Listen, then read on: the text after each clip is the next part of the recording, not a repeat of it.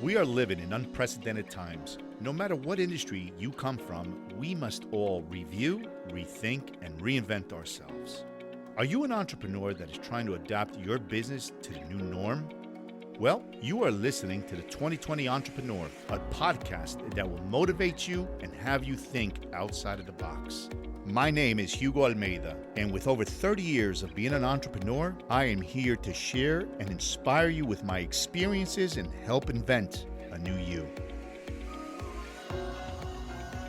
Hello, everybody, and welcome once again to our latest episode of T20E World. Today, I'm freaking ecstatic because I've got a guest with me at our studios here, Shane Kastl. Shane, say hello to everybody out there. Hello. Thank you for having me. Yeah, my honor, man. So a little bit about Shane, right? I hate to say this because I feel real old because Shane's 22 now, right? Yes. Student at Monmouth University. Awesome. I've watched Shane grow up over the years, and I've watched them take his steps into the world of entrepreneurship, which is why we have him here, because it's a perfect opportunity to grab the next future fashion guru and have him talk about have him share a little bit about his steps into entrepreneurship, why, some of his thoughts, and maybe some advice to everybody else. So Shane, talk to me a little bit about what is it that you're doing? Well, I'll start like where I started with. Yeah, for sure. I was just like making logos and just animations on Adobe programs and stuff like that. And I liked wearing clothes, so I decided to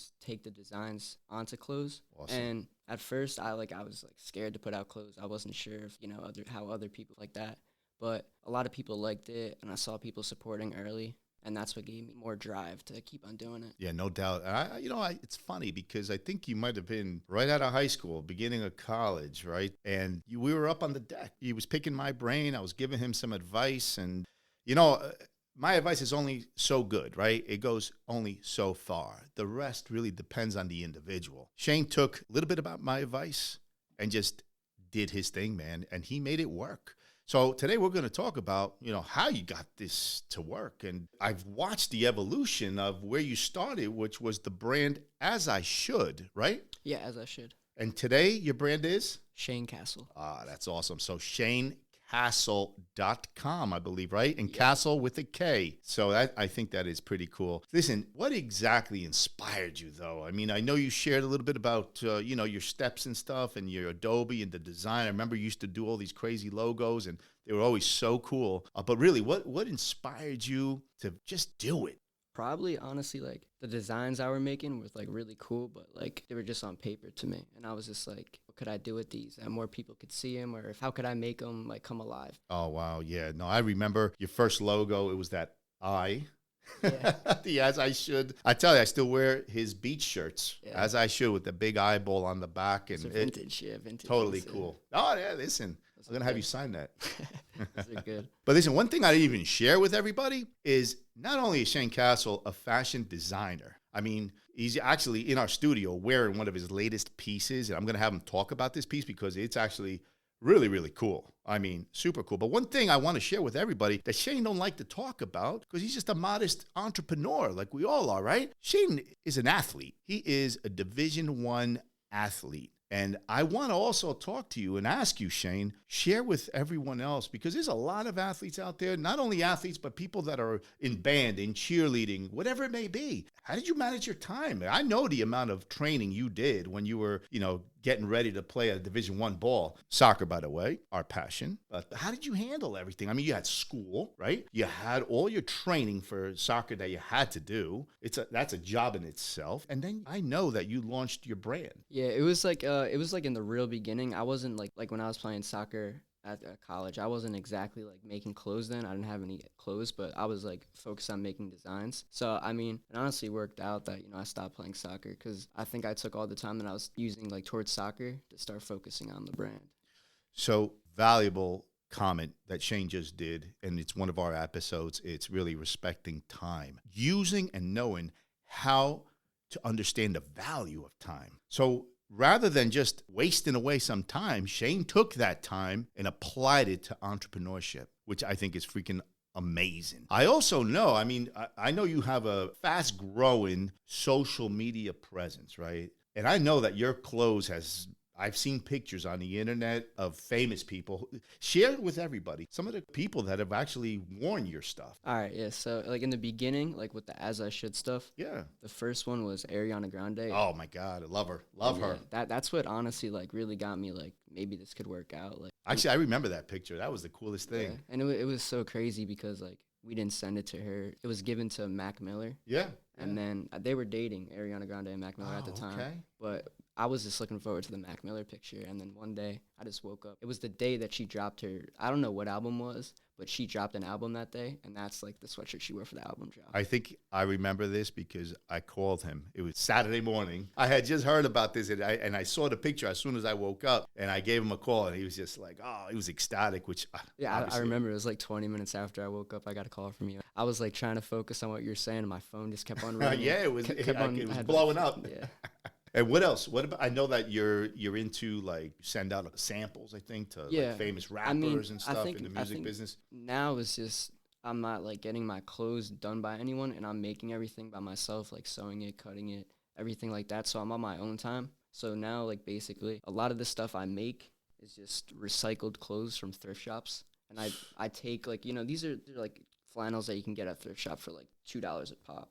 And I resell like something like this for like 150. Wow. So a lot of the stuff is, that I send out to people, like you almost have to bite the bullet and just be like, because you don't know the one person that you send something to could, be the one that changed your life. Who was that individual? I think it was some upcoming rapper that you worked all night on a piece and then drove it out to the city somewhere. I forget. You told me about this. You spent the whole night finishing all the stitching and then drove it out there. Yeah, he's actually a comedian too, and it was in Patterson actually. Oh, okay, in Patterson, New Jersey. Yeah, it was cool. So what's some? Give me some names. Drop some names right now, man. Drop some names of people that worn my stuff. My latest actually, I just said like pretty exciting is this rapper, SoundCloud rapper. He's like not that popular, but he still has like 300K followers on Instagram. That's great. His name's Fawny. Okay. He's got a big name, but I just know him by Fawny. Okay. But he just used one of my hoodies and a matching shorts in his new music video. So that's awesome. It was crazy, to see like just someone in a music video with my stuff on. Oh, that's awesome. No doubt. Hey, listen, just out of curiosity, because I know you're still finishing up your last year, right? Over at the university, Monmouth University. But I know you're not studying stitching nor fashion design. Yeah, definitely.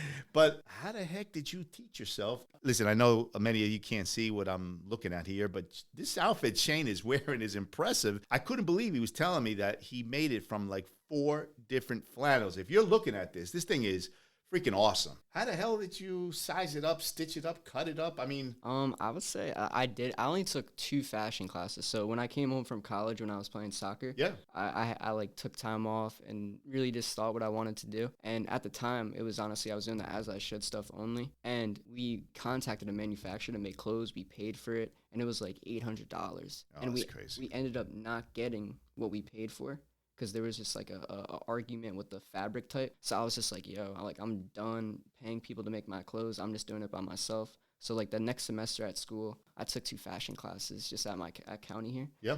But it's very structured, and the teachers don't really give you that much freedom to do what you want to do. Well, I gotta say, and I'm just gonna describe what I'm looking at here, but I'm telling you, these patterns that he has on his sleeve alone, it's flawless. So that's why I'm just asking you about this, because this looks like it came out of a professional production line. Now, this is handmade clothing. Yeah, and it's pretty crazy. Honestly, like, I think it was a year ago it's going to be August 30th is when it's going to be like my 1 year of when I made my first hoodie. Oh, that's awesome. And I went to like this workshop in New York City. It was like an open workshop where you can just like sew. But it was for a guy's brand who's like pretty famous in New York. Just like, I don't know, just be around him. I just want to see what he does. Yeah. So I ended up like at the time, I didn't even know how to sew anything. So I just like made like squares that said like his brand name was called Kid Super. Yeah. So I just made 2 squares, and then I cut out just sweatshirt material, and it just had Kid Super on it. And he came up to me. He's like, so what are you going to make? Like, you only have like 2 panels. And I was just like, I don't know. I haven't really thought about it yet. But I was so scared. And then I went home that night. I really thought about it. And I never made a sweatshirt before in my life. Listen, like, this is something we kind of talk about, right? The fear. Because, and Shane, tell me if you agree with me. As a young entrepreneur, tell me right or wrong here.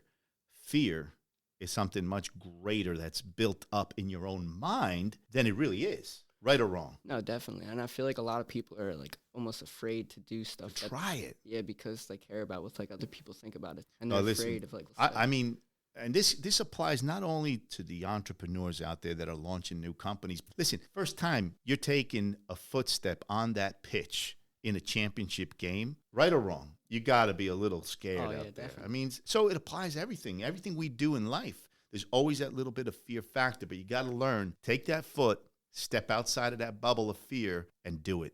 So that's awesome, Shane. I want to share with our listeners too, because I saw this on your website and I actually called you up about it, and I still want my 10 and a half size shoe here. He's got the greatest sneakers. You got to go to Shane Kastl. Is it on ShaneKastl.com? Honestly, I stopped selling them right now, but you can still see them on my Instagram. Sold out.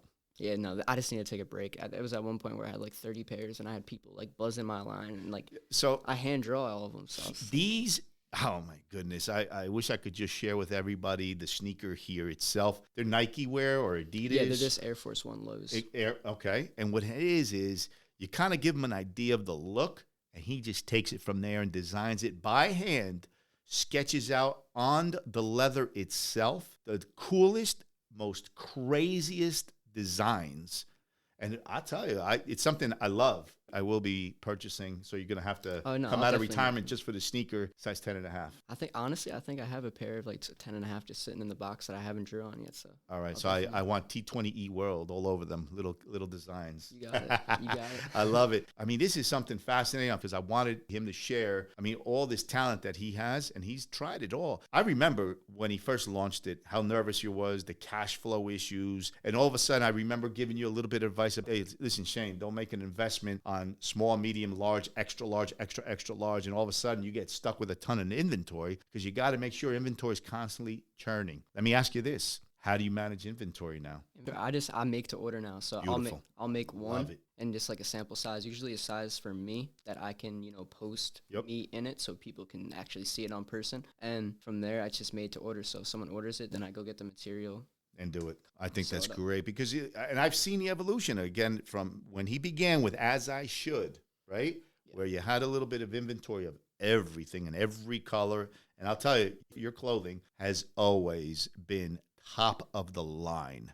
Trust me on this. I see all the shirts that you've put out. I felt them. I own some of them. My kids own some of them. The neighborhood owns some of them. And it's fine stuff. I'm not going to say it's the cheap stuff, but I'm going to say it's quality out there. So, and it's well priced. And I see the evolution because that's how he started with the inventory. Go out, go on his website, place your order. He had the stock. You get it in a day or two. And all of a sudden now I've seen how unique his pieces are, which I love that. And I wanted to ask you though, so what's the goal, man? I mean, do you want to what? You want to differentiate yourself in the fashion industry? I mean, from just looking at the piece you're wearing, I still can't believe there's 4 flannel shirts into one here. That is so cool. But no, seriously, what's the goal here?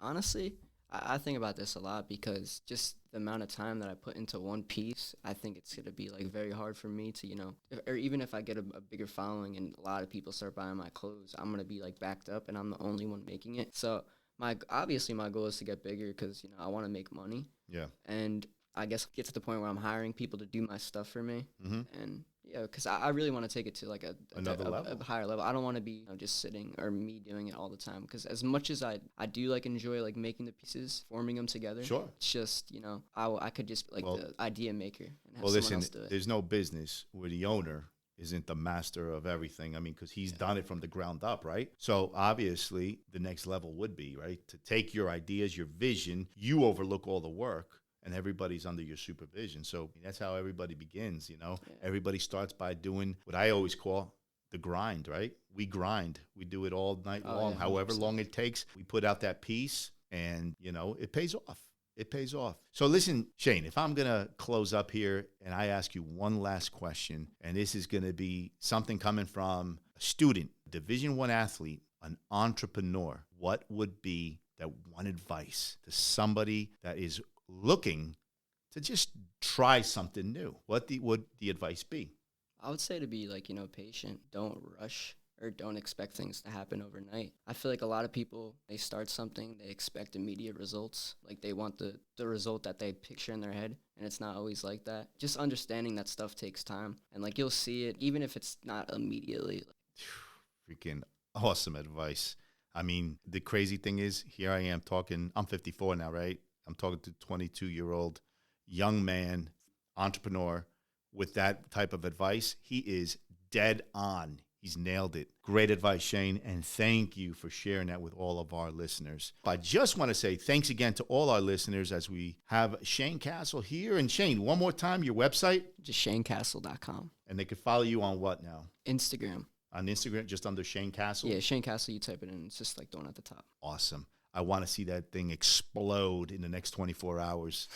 Anyway, Shane, thanks again, buddy. I greatly appreciate it. And to all our listeners, thank you all once again. And I hope you found value in this, right? Another entrepreneur, young 22-year-old, young man, athlete, student, entrepreneur. T20E World, this is Shane Kastl and Hugo, and we are out.